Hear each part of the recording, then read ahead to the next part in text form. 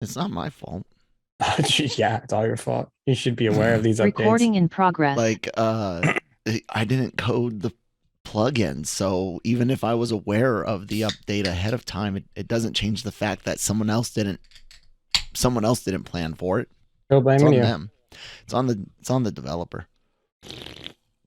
Oh man, what day is it? Is it really only? It's really only Thursday. Why does it feel like? It feels like I already went through a weekend and I'm back at Monday for some reason. You know what? This year has been the slowest, fastest year I've ever been through. It is indeed. It's already heading into the second week of September. Like, holy crap, it's insane. My son's in school. That's insane. And this intro is insane. Welcome everybody to the Daily Cup of Genre. That was awful. Daily Cup of Genre seriously. here on the Genreverse Podcast Network and YouTube channel. Please do subscribe on the YouTube channel. Follow us on your favorite podcast app. Check out the website lrmonline.com every day for all entertainment news, needs, and opinions. I'm Kyle. That's Manny. All of our social media information is in front of you. Whether you've got your podcast app, it's in that description box. YouTube, it's on your screen. See it right there below me. What's up, Manny? How you doing today, Dad? I got a question for you, and I'm gonna ask this to you because you're white. So you should have an answer for me. One moment, my dog is barking. No, the wife is on it. All right, what's the question? Okay, you're white, so I'm gonna ask you this: why can't we have minority characters in Lord of the Rings? I don't know. What? Look, you're representing your race right now, and not just the people that understand that it's fantasy and that nothing in that world is actually real, but you're also representing the ignorant ones.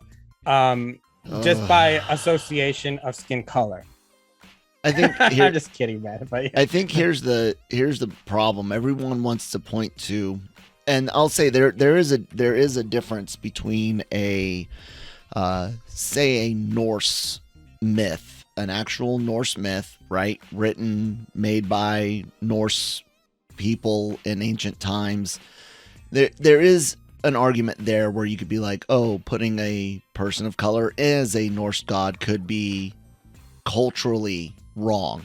Potentially. I'm not Norwegian, so Heimdall being played by Idris Elba, no real skin off my back at all, but I can see where an argument for that could potentially be made. Those are real people with a real history, with a real culture, real iconography, and the whole nine. Now, you take Tolkien, a 20th century man, and you put his the fact that he's a 20th century man in Scotland and UK. Cam said he's I don't remember, it's born and raised or just raised or born, but anyways, up there in Scotland, and he writes this fantasy story, and by all means, most people are going to write what they know, and if you think the UK is pretty white today, you should have seen it 100 years ago. You know what I'm saying? So when he's writing what he knows, it's not like he's saying there could never have been a Hispanic elf, a black not-Hobbitses, he's not saying, it's just the context of the time. I mean, yeah, it's the same thing with Peter Jackson's movie. It was a different time when it wasn't, that one, yeah, it didn't seem as they're looking more at like what was in the source material. To those people that want to say that is the same as, again, the potential, not my opinion, but issue with a black Norse god, I would say that this is a made-up world by a modern person who's only writing in the context of their surroundings, and I don't have any issues with that growing with the context of our surroundings today. I do get upset whenever things are done whenever things are done overboard, when they're done to make a point versus further the cause. I don't like it when those types of things happen. I don't really see that here. Now we're only 2 episodes in. You could all of a sudden, it's like when they pick a particular minority group, and it could be of any sort, from religion to orientation, race, or whatever, and they put a whole bunch of focus on it in an area that's never been seen before. People go, oh well, there's not that much of this in this larger group or whatever. Fine, those can be examples of people having an argument, whether it's a good one or not. But this, man, I don't know. It's fine for me. I don't have any issues with it. I don't care. If anything, I was very excited at the fact that there was a lot more representation. I remember being in that press line a couple of months ago and talking to some of the actors, and especially talking like Ismael and things, and I'm just like, wait a minute. And but the thing is, nobody made it a big deal. Yeah. And all of a sudden I'm like, wait a minute. I was like, we're getting a whole lot of different skin colors now in Lord of the Rings, which I think is fantastic. But I just find it very funny in a very ironic way that you can believe in all these make-believe things, but as soon as the tone, the skin color changes, that's too much. Yeah. It's just ridiculous. And honestly, it really shows you how we're not as progressed as we think we are. In general, we'd like to think that we're such a progressed civilization, especially in the United States, that we're all inclusive, that there is no racism. And then you drop something like this, and then I can't wait for the backlash when the first trailer for The Little Mermaid shows up. Oh yeah, that's gonna be another one. And again, that's one of those ones where you could point to, it's a specific story based on a real group of people, but with fantastical creatures. But you could see where someone again might say, well, you're messing with that. I don't remember, is that another Norwegian one or something? I can't remember. I mean, but you could run into people feeling again that their culture, their Northern European culture, being messed with. Again, that's not my argument, but it is one that you hear, and that is potentially a valid one. I mean, we can't go ahead. I see what you're saying. It's not valid because there's an entire side of the world that has just been underrepresented for decades. Don't get me wrong, but then let's do what you and I both have said we would much prefer over all of the color switching in the world, and let's start telling African myths and legends. Let's start telling South American, Central American myths and legends. Let's get those stories out there, so there's not just a diversity of cast, but an actual diversity of culture and fucking entertainment. Because for the love of God, I'm tired of Grimm and Mother Goose and fuck, man. I understand that point of view, but also I see it kind of, when I look at it in the perspective of a chef opening a restaurant. You need to open with familiar, comforting dishes, and that's all they do. Though we haven't gotten to expand past. We haven't, but comforting dishes. Now we take some of these properties that are known. We start, inserting these actors, actresses, directors, producers, and because of the franchise, because of the story, you're able to highlight them, and all of a sudden it's, whoa, these guys are a great talent, and now the trust is built there for when they want to do another project, a next project, where they're doing a story that is, of their culture represented. And so now you want to check it out, because now it's more than the story. Now you're supporting the filmmaker, the actor, the lead.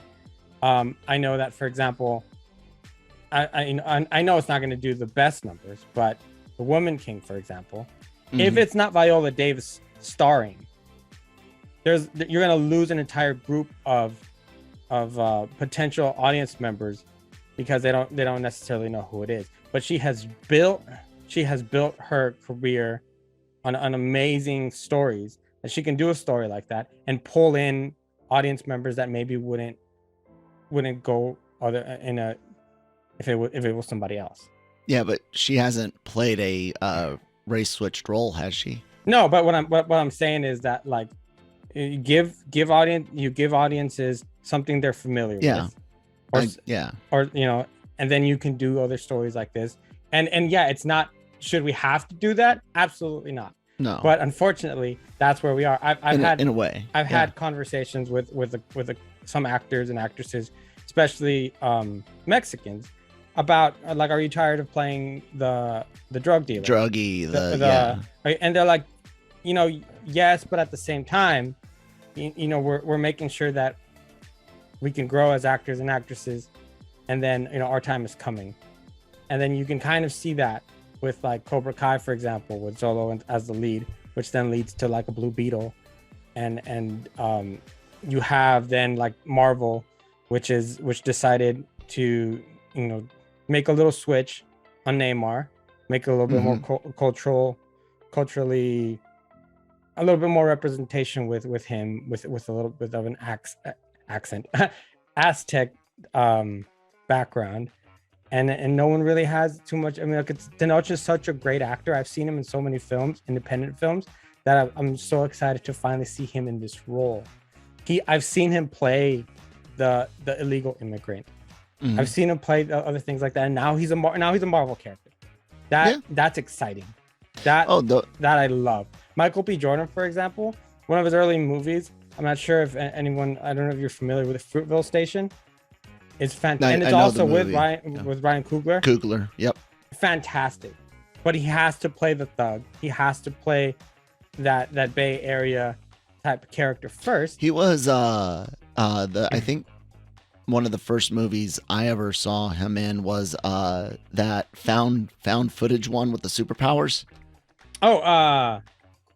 Chronicle. There it is. Yeah. That was one of my one of the first movies I saw him in. That was a good movie. Completely different character. He was a upstanding upper middle class high school football player, and one of the good kids of his little group of one severely depressed and out there kid, one troubled teen rebel without a cause, and then he was kind of like what's the word, well-to-do, I don't know, he was the one, he was on the good straight and narrow path, but still having fun with superpowers until the future Green Goblin would fuck that shit up. Yeah, so all I'm saying is I don't understand why it's such a big deal to some people that they can't be a different skin tone. It's mind-boggling to think that we're in 2022 and we still kind of think that way. It's not we, but I mean, as a society, we still have. There's a lot. There's a lot more than unfortunately have been kind of uncovered within the last few years for various reasons. But it's just it's the kind of, let me enjoy my damn, like, you guys have no business getting involved in my fantasy world, because for the longest time it was such a niche thing that it was just like a group of us, right? Within the worlds of, like, Lord of the Rings, Dungeons and Dragons, all this other stuff, and now all of a sudden it's mainstream and you guys want to act like you've been there the whole time. You know what I'm saying? Get away. It'd be like the same way, like, they start doing, like, a live action, or they are, but if people start having a lot more commentary on, like, Dragon Ball Z, or like One Piece or whatever, and it's like you were never there. You weren't there. And now that it's mainstream, you want to stop gatekeeping. Yeah, Manny. So it doesn't matter if they haven't been there since the beginning. That's what we were told, right? It doesn't matter. Although I will say, though, that One Piece is a terrible example, because only Jammer has been there from the beginning, because that is ridiculous, the amount of content. Oh God, I could not. Anyway, try to catch up. People suck. I think that's what I'm trying to say. Yeah, they do. not our listeners, of course, except for probably 3 of them out there. You know who you are. I would say the media amplifies things, and we know how the echo chambers of the internet surround people with like-minded thoughts, and the most negative messages generally are amplified in a person's mind and ears, their sight. And what you end up with is like the conversation we had a few shows ago where we both said, look, man, there are, not every case, but there are a lot of male roles being switched to female roles, in addition to female led original characters and projects. And we have to wonder, is that now a thing? Are we looking at less of a let's equal the playing field, to where now you've got people getting retribution? Males dominated everything for so long, and now you will get nothing. Well, that doesn't make the world a better place, because the pendulum will eventually swing in the other direction, and then dudes are going to go back to being dicks again or something, So there are going to be people that see in their feeds, maybe even in their spheres of entertainment, where they feel something might be similarly happening. I'm not one of those. I always look at it on whether or not it affects the character. Magneto is one of those big ones where we're always talking the Jewish heritage is very important. If you're going to change the situation, you have to have your new Magneto go through something equivalent, and I use that word because I can't use any other close enough word, but equivalent to the Holocaust. And that's a hard thing to find in most modern history that wouldn't leave you with an old Magneto. It sets up like his entire sentiment of why he, right, exactly. You almost like, he's a bad guy, but you empathize with, I understand why he's doing it. He's wrong, but this is why he thinks this way. And it's very powerful. It's very, very important to that character. So that's one where if it's like, oh, we're just going to change Magneto to be black or Asian or Hispanic, I'm going to be like, wait, why? One, where is all the Jewish representation in Marvel? They kind of just gloss over it for Moon Knight. Really, really did. And then you're going to, take the Judaism out of Magneto. That sounds kind of like not diverse. But other characters like Namor, I was like, interesting. I wonder what they're gonna do with Atlantis, and it's not Atlantis. They're going with what looks to be like a my guess is like Yucatan area water. Seems like like in the Gulf, which is cool. The thing with the thing with that too that makes sense is I can see Marvel Studios saying, DC already has Aquaman, right, and Atlantis. Let's separate ourselves a little bit and do it in this really smart way. And I, like I said, I've already said I'm tired of European and Mediterranean myths and legends. I want to see and hear more from other places. So that's one of those where I was like, you know what? I'm fine with South American, Central American Namor. I'm a little less fine with, switching other things like Magneto. So that's my stance on it. Central American. Go ahead. Central American stories that are underrated. You know what animated movie is severely underrated? El Dorado. What's that? El Dorado. El Dorado is it just because it wasn't Disney and it came out in Disney's heyday. It was DreamWorks, I think. It was I believe so. Yeah. Anywho, I wanted to actually talk about something fun, but I kind of had to go on this rant because like what, like people, right? And they're awful. Before I go down that rabbit hole again, it's Disney Day and Disney Plus Day, yeah. Disney Plus Day, thank you. And surprisingly, it's also Star Trek Day. Whoever planned that, question mark. Because you kind of want to separate the two a little bit, but whatever. I think what I wanted to do is to take a moment and kind of reflect on our thoughts on Disney Plus as a service, and what have you thought so far since its launch? Does it do enough for you? Is there anything you change? Kind of that sort of question. So on this final month of my 3-year subscription plan I bought to Disney Plus back in 2019 to save a lot of money on it. I would give this service, the service itself, I would give a solid A. The offerings, B plus. Disney Plus is a solid service offering a good selection of little things to have on as background music, classic cartoons, classic Disney shows. I do wish there was more of the old ABC like sitcoms. Like I wish more stuff like Home Improvement would be on there. But it is what it is. It's good. The movie's fine. Marvel, like, I would love to ding them just based on the quality of the recent Marvel and Star Wars shows, but that's me judging the shows, not just the service. Pricing, I mean, like I said, I've been locked in for 3 years now. I know it's more expensive than what I started at, so I'm gonna look and see if there's another deal where by a few years get a bigger discount. I don't know. I almost feel like there's not enough, but there's also too much. I don't know, man. Like I said, it's a solid put together. The UI mostly good. I do wish you could back out of UI user interface for normies that don't know tech stuff. I do wish you could back out of things easier, especially like when you're searching like Star Wars content.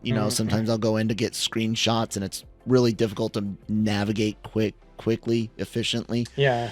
But other than that, man, it's they took all the best things that Netflix did as far as like the mechanics and the way it works. Their bitrate can suck, but that's all of them. I don't know, man. How about you? So the funny thing is that there were some points within the last few years where it was very dry. Yeah. As far as content, especially I think between like some of the Mandalorians and just there were just some times where they just didn't have anything new coming up and nothing was necessarily very compelling to watch. And so I almost deleted it a few times, but it's Disney. So I would go in, I would almost review what have I been watching, what have I not been watching. Is this even worth keeping? And then I would notice that because we split my daughter's custody, she I don't see necessarily what she's watching all the time. But then I would see on the continue watching and things like that, she's been watching this movie, she's been watching this show, she's been watching this, and I'm just like, I guess I can't delete it because it's because it's being used and she's watching a variety of different content. And I think recently more than ever they've had it, maybe I just haven't noticed it as much, but now I do.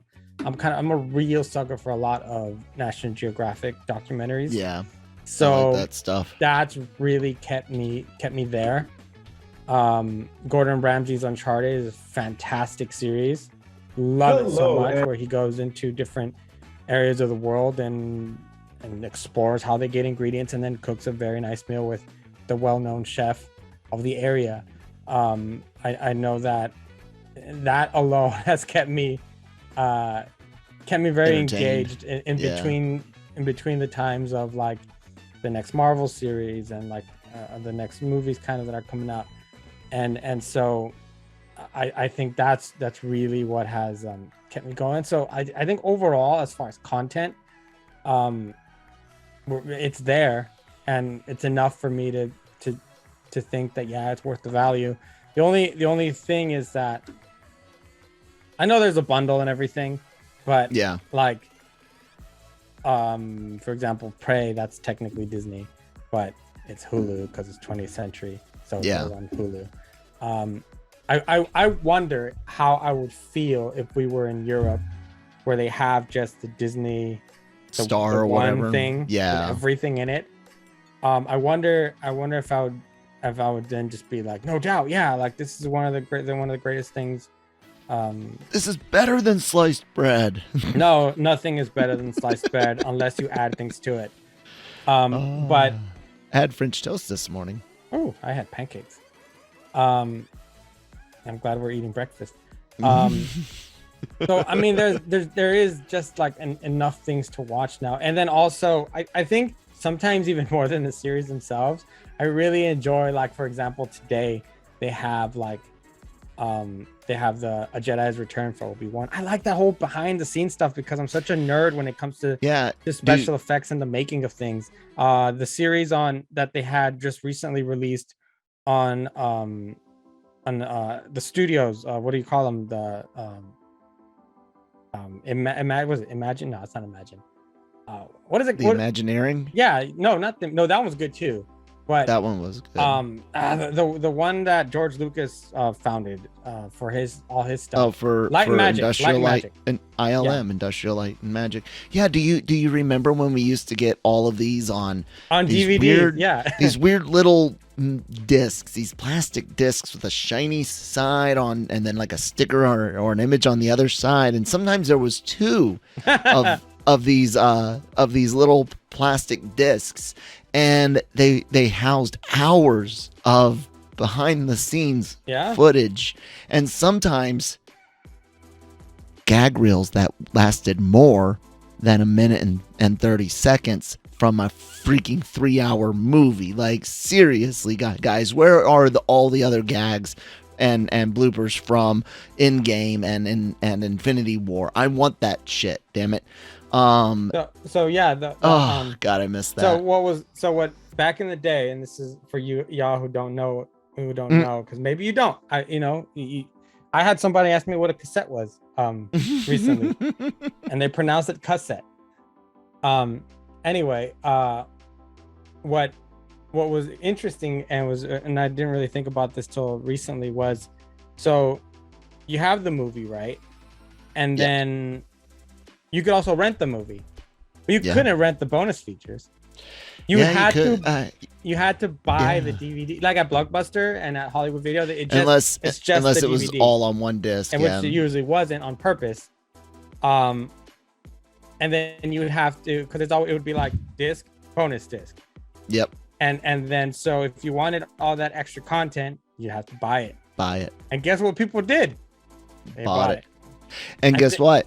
If the internet goes out, we still have stuff to watch. And if your streaming service dies, we still have stuff to watch. And if your digital library is shut down, looking at you, Sony PlayStation, I still have stuff to watch. Please, people, buy physical media. And that, I would say, is the worst thing about Disney Plus. No physical media. I was gonna say the exact same thing. I think the one spot where I do ding them the most is that I cannot own The Mandalorian on DVD or Blu-ray. Sorry, DVD's kind of even updated itself. Like thanks to Netflix, I just got a copy of season 4 of Cobra Kai. Yeah, a Blu-ray DVD. Guess what? No matter what happens, I have it. Yep. Amazon. Sorry, it's not Amazon. Prime Video sent me a copy of the latest season of The Boys. Guess what? They take it off for whatever reason. You've got it. I have a copy of it. So I think I don't know. Maybe they just think they're too big, or that they're gonna lose subscribers for some dumb reason. But just because, like, for example, I have those things, or I can get them on physical media. If I can get Stranger Things on physical media, doesn't mean I'm gonna cancel Netflix.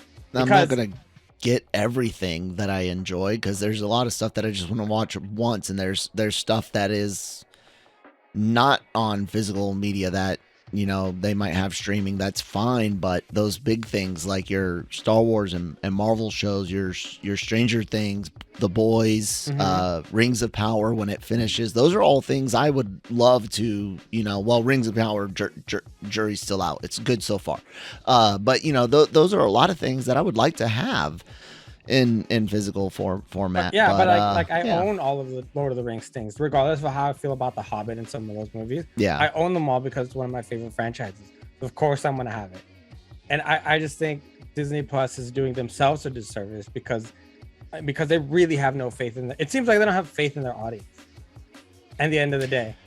I think, and it really just comes down to them trying to figure out how to maintain subscribers. Like you said, it's a little bit of faith issues, but more it's knowing that subscription-based services, the way that Netflix had done it, is unsustainable. Now we've learned the way Netflix and Warner Brothers tried to do it is unsustainable. And Disney, they luckily have a much bigger pool of money because of the parks and merchandise to help float that. But guys, remember, one giant pool of money only goes so far when you keep adding more and more floaties to it, more and more shit that it's got to keep afloat. That pool of money all of a sudden does not seem as deep as it used to. And that's why subscription prices go up, sometimes twice in 1 year for some services. But you can't tell me that people are going to cancel Disney Plus because... No, in general, they won't. And it's dumb because it would be extra money from people like you and I who are going to maintain the subscription service and still buy the Blu-ray set for Mandalorian. Because we're not gonna wait months, maybe years, to get the physical copy and watch it. We want to watch the new episode today, and it just makes it's mind-boggling as to why they do it that way. It'd be interesting to see what the numbers are for Prime Video. I might do a little research. Actually, I will do a little research. You do that. You do a little research on kind of how much revenue in physical media does for like Prime and Netflix. Yeah. Because some of the things you just want, they just look cool in your background or in your living room or things like that. So it just kind of... I miss having fancy boxes and special editions of things. And although I will say that there were some like special edition boxes that were just like absurdly like a weird shape, and you'd just be like, where am I supposed to put this? This is stupid. Or like Marvel, all of their Blu-rays are blue, right? The case is blue, except for in Phase 1, except for Ant-Man. Ant-Man came in an ash black, gray, really dark gray box, and it ruined it. It ruined it all. It was just kind of like sticking out like a sore thumb. And then I think Age of Ultron's was red or something. They did some really dumb things. All right, let me ask you, since the beginning, what is your favorite? What is the thing you've probably gone the most to watch on Disney Plus? The one thing, just one, even if it's not even that many times, but it is. Yeah, this is the most I've watched it. Like multiple times for something, or just like for your own pleasure. I don't know. I don't.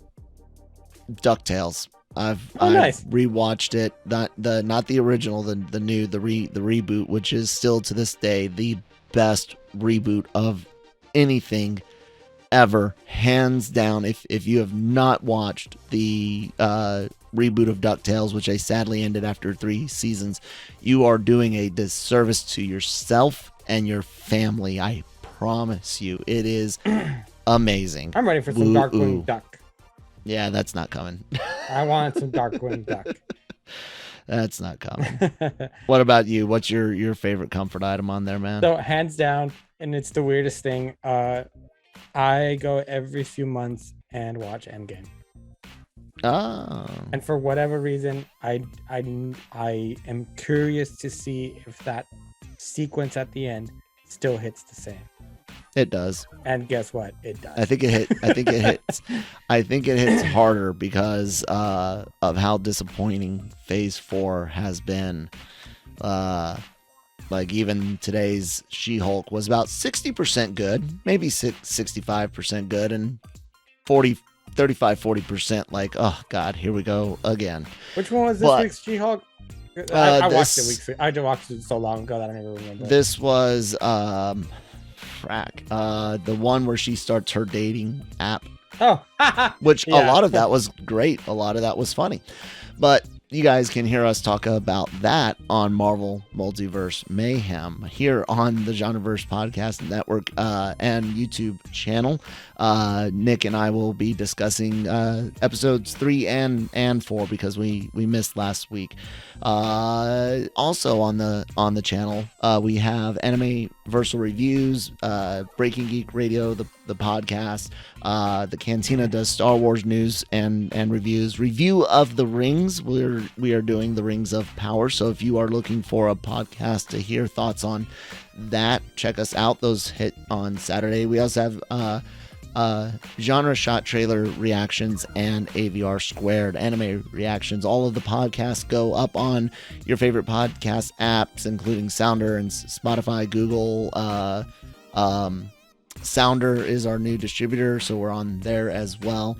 And of course, all of that and more can be found at lrmonline.com, including celebrity interviews, written reviews, articles, news, and leaks, rumors, that type of stuff, analysis of such things. Manny, where can people find you at online? They can find me on Twitter ranting about everything from wrestling to Central Valley local news to entertainment to whatever Kyle's doing wrong at that moment. At Manny Gomez Media and on Instagram at riddlemethis_510. Got to check my my Twitter profile name, not the @Kyle Malone part, but the part I get to be fancy about. There's an important message in there for you, ladies and gentlemen. We'll see you next time. Bye.